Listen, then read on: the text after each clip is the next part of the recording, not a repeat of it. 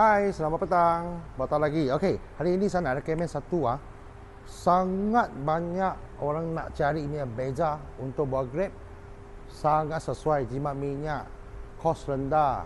Okey, itu ialah Beza. Saya punya Beza semua 1.3 premium tahun 2019.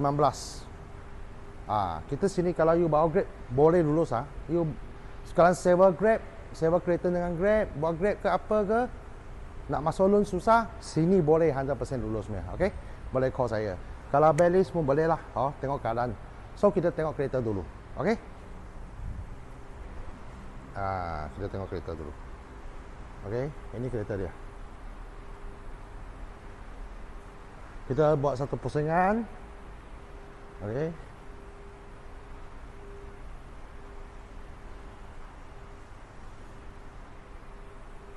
okey, ini 2019 punya model S Premium.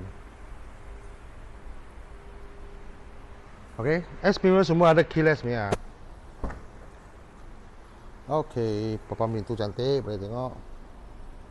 Dalam push start ada. Okey, low mileage. Okey. Okey, semua cantik boleh tengok.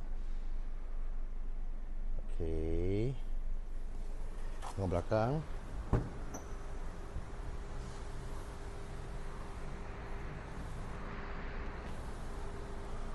Okey.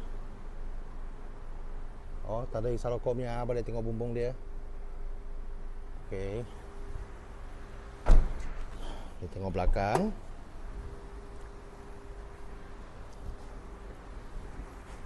Original pin semua ada nampak? Semua pink cantik lagi. Okey, belakang molek pun original, nampak ada gamnya. Okey, bawah pula. Tak ada kesan simen, semua tak ada. Okey, nampak original semua. Okey. Kita tengok depan. Okey, engine pun cantik senyap dengar suara. Tak ada gegar. Okey. Original semua, tak ada kesan banjir semua. Tengok kapet belakang cantik semua. Kita punya condition semua ini macam. Okey, kita bukan ada satu silver saja tau. Kita ada warna ini lagi. Ini panggil kelabu, biru, putih ada, hitam pun ada. Okey. Okey. So, ini kereta nama balance boleh. Bawa Grab driver pun boleh. Mesti ada lesen mandu, tak ada lesen mandu, minta seorang penjamin lesen. Lagi satu gaji bersih saya nak explain lagi. Untuk dan balance you punya gaji bersih mesti mau lepas tolak semua komitmen you, balance untuk ni kereta balance mau ada 2005 bersih. Sebab ini kereta bulanan dia 500 lebih. Perlu muka tak? Perlu muka. Muka untuk bayar insurans, tukar nama, lotek, pusmakong semua saja. Harga kereta boleh full loan. Kos berapa untuk muka itu buat barang? Saya rasa dalam 2 lebih hingga 3 lah. Lebih kurang itu macam.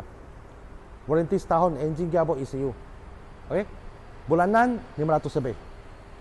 Okey, kalau minat, PM botak. Terima kasih.